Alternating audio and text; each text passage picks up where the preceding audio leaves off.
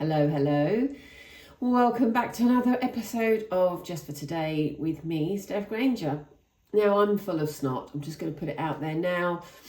If you're watching me on YouTube, I don't look my best. I'm unashamedly, if that's the word, unapologetic about that. Last week, cold and all sorts whipped through my household and I've now got it. I feel fine. I just am very congested, which is why I sound the way I do. But I wanted to show up this week. I did contemplate not recording an episode, but actually I've got something to talk about. So I have to exercise my internal dialogue. But I do very much sound like Phoebe from Friends when she had her cold, and I kind of want to go into jazz singer mode, but I won't. Please don't panic. And for those of you that don't get that reference, sort yourself out, quite frankly.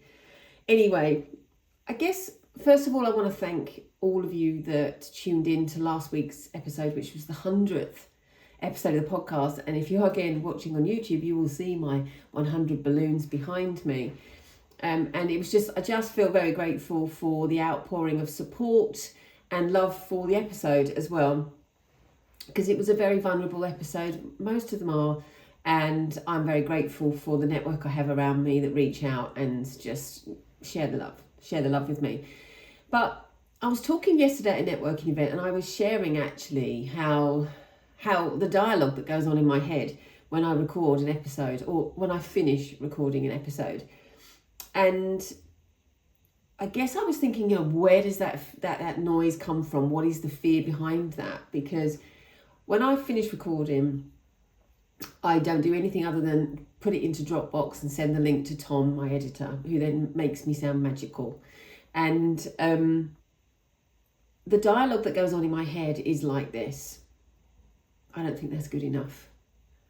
Don't send it, re-record it. Who is going to want to listen to you? You spoke about yourself so much in that episode, Steph. Like, who do you actually think you are? People aren't tuning in to listen to you talk about yourself. And so on and so on. Once and only once in the 100 episodes I've recorded have I deleted and recorded again. And that wasn't because I was actually buying into the noise. It was actually because it was rushed. And I didn't feel personally it was my best work. I was trying to get episodes recorded ahead of the game because I was going to be away and I wouldn't have time, and I rushed it.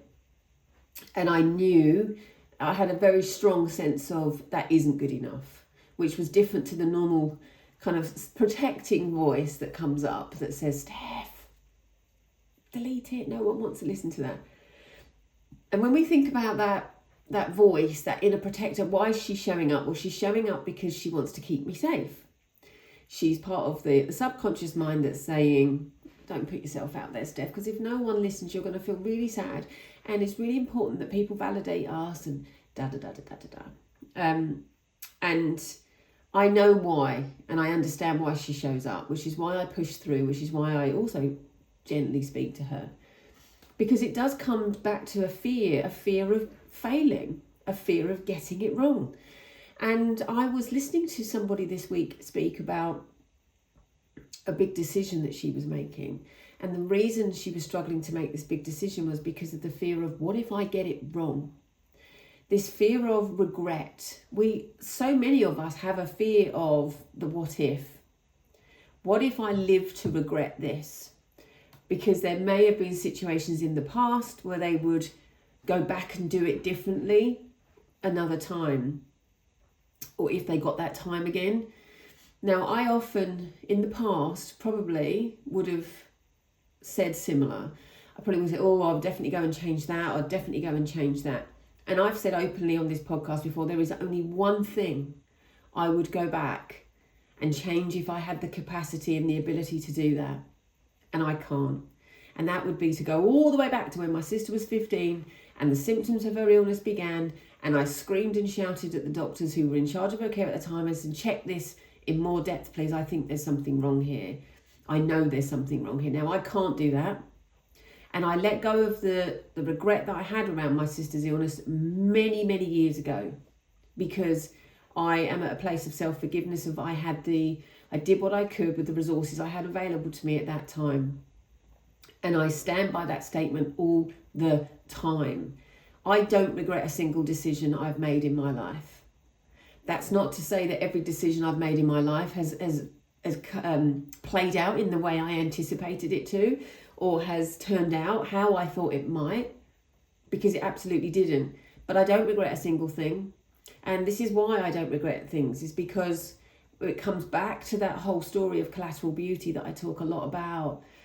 It made us the woman we are today. Whether or not we would make that decision again in the future is irrelevant, completely irrelevant actually, because if we are in a position of self-awareness and self-development, and we want to get to know ourselves really well, and we can be really accepting of the choices we've made in the past, what that actually does is put us in a really powerful position of we wouldn't repeat those decisions. We wouldn't go and do the same thing again, because we've learned from that experience already. We've gleaned from that experience what we were here to glean from it, because everything is a learning opportunity, right? Everything, whether it's uncomfortable and sticky and snotty and all of those things, should we choose, there's a learning opportunity amongst all of that. So it isn't a case of I wouldn't make those choices again in the future, because actually it wouldn't even be a consideration for us to make that decision in the future. I really hope I'm making sense here. So let's just use an example of something really mundane, like a car, buying a car. And in the future, in the past, we've gone for a decision that we probably wouldn't make again. Now, the reason we wouldn't make it again is because we'd look back and go, okay, so I bought that little car because I wanted to look really cool and funky, but actually it really wasn't practical for the life that I live. So I'm not going to buy that car again. When I go to buy a new car or change my car, I'm going to be thinking differently. I'm going to be thinking of what my needs and demands are for that car, because we've already learned that the car we bought previously wasn't suitable for our needs. We do it without even realizing. We do it when we book holidays. This is what I want. This is not what I want. A lot of the time we know what we don't want.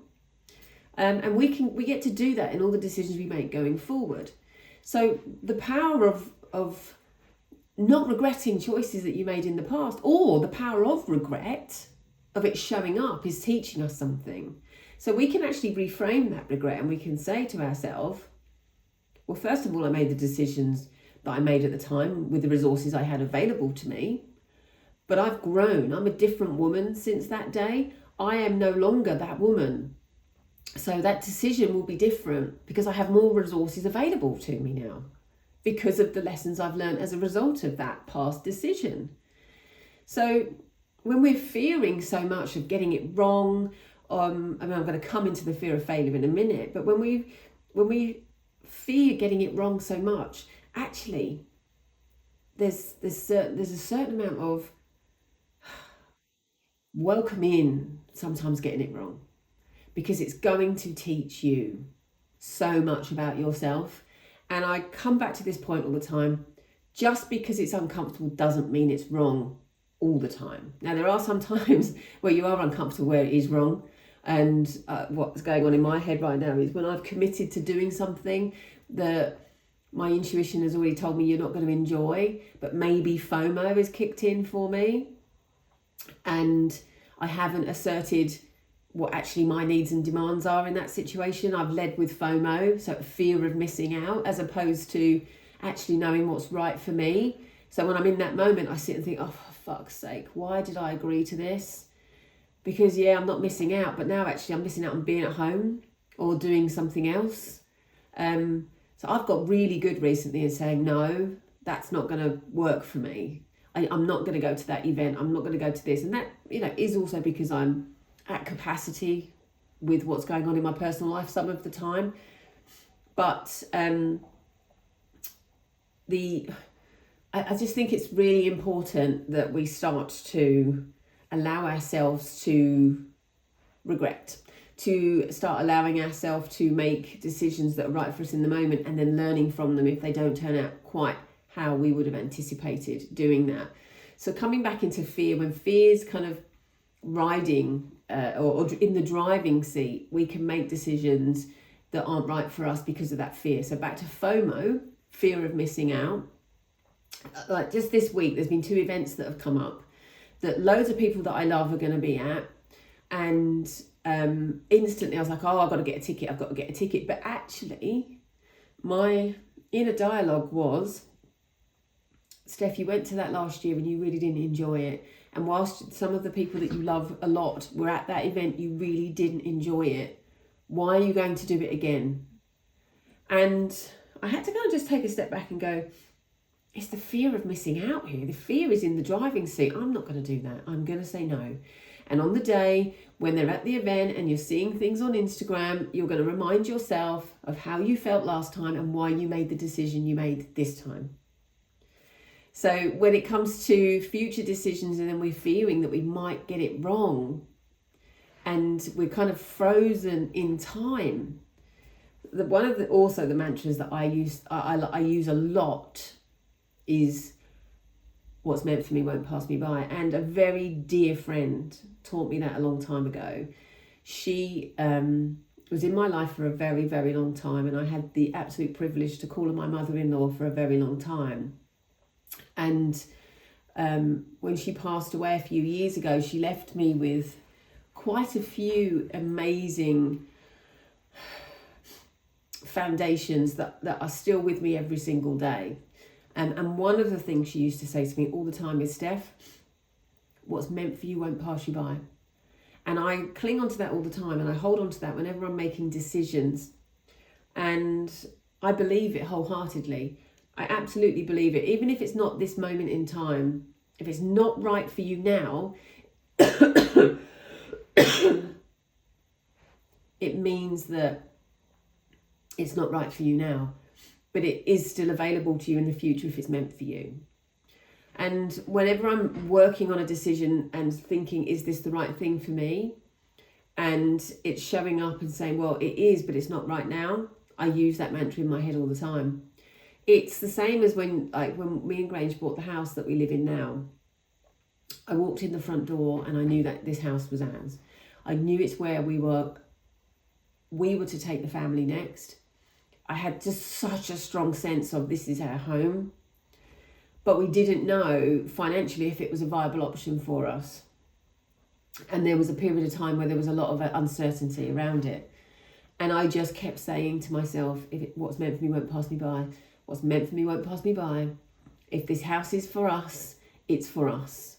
And we live in it now, and it absolutely was for us. But I think that about business opportunities, work opportunities, personal opportunities, things that I'm considering as options in my life. I continue to use that mantra in my head because it really, really helps me. But this whole fear that we are making the wrong decisions, that we're going to live with regret, I would challenge you, just for today, to consider things that you have regretted in the past.